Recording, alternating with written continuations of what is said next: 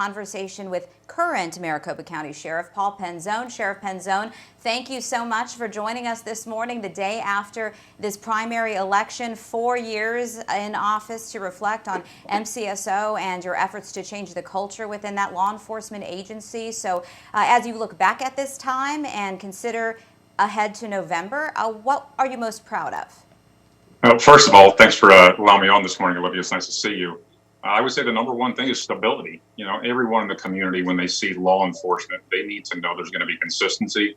There's going to be ethical guidelines that we always stay within, and that our number one focus is public safety. So what I tried to do is just take out the noise and the nonsense and just restore trust to the community as we serve them and focus on getting bad criminals off the street and keeping good people safe. We heard a lot in the last interview with Mr. Sheridan about politics at play within these elections, of course, and the Maricopa County Sheriff's Office. But it comes down to, as you mentioned, policing and law enforcement. Policing in 2020 is extremely difficult. The perceptions of law enforcement across communities across the country are strained, are leaning to be negative because of many incidents that we've seen high profile in our community through your department and others across the valley. So what more can be done on your behalf, say, with your team to reinforce the fact that these law enforcement officers are here to protect us and to serve the community?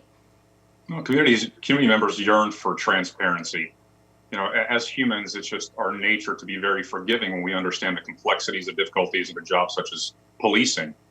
When we are dishonest, when we hide things, when we are corrupt, as was the history, then that relationship is broken. The trust is destroyed. So what we need to do is be more transparent and understand this. Leadership is about ownership. There's no place for excuses. When you run an organization, you take on all elements. You make sure the men and women understand your expectations and meet and exceed those standards. But every day you answer to the public. So being sheriff is not a title that I own. It is a responsibility that I'm carrying on behalf of the community who has empowered me. So every day I have to make sure that they understand my focus is to make sure that every young boy or girl in our community will look at someone in uniform and see them as a guardian, someone who's out there to protect them, and have a sense of pride that maybe one day they would want to pursue this profession. And when we can get to that space, then we'd restore trust. An additional challenge right now in managing such a large body is also to thinking about not only your staff and the officers out there or the deputies, and also in the jails, and we're dealing with a global pandemic. So how do you feel so far about how that has been handled? I know you've received criticism that more can be done to protect inmates.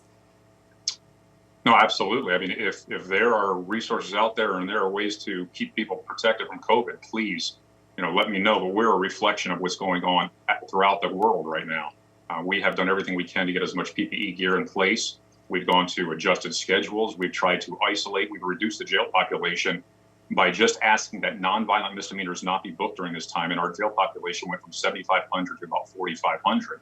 So we've taken all the appropriate steps. And right now, I would tell you that I believe the ratio is about 4 to 5% of our population, our jail population, has tested positive for COVID. But what's heartbreaking is our employees. We've had spurts where we've seen as many as 300 employees who are out either positive with COVID or have family members who have tested positive. We've lost employees, which is tragic. And this is a national and international challenge, a pandemic that has to be the priority for all of us to make sure that we're well and safe. So then our focus would be public safety. So it's very trying times, but again, leadership is about taking it head on and not running from it.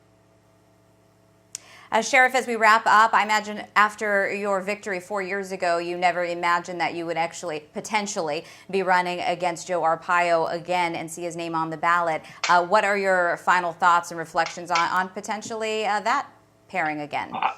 I feel like I'm running against myself. At the end of the day, I've given the community 4 years to show the leadership on how I lead an organization, and that humility is the number one attribute to have when you're given this privilege. So what have we done? We've tried to turn the volume down in the noise and focus solely on doing the job the right way. We have been very efficient with taxpayer dollars, and we have focused on getting dangerous fugitives off the street, and we've worked to restore trust with the community. So my report card is what it is. And I am who I am, and I believe that it has set the tone for what it means, as our saying is in this campaign: leadership over showmanship.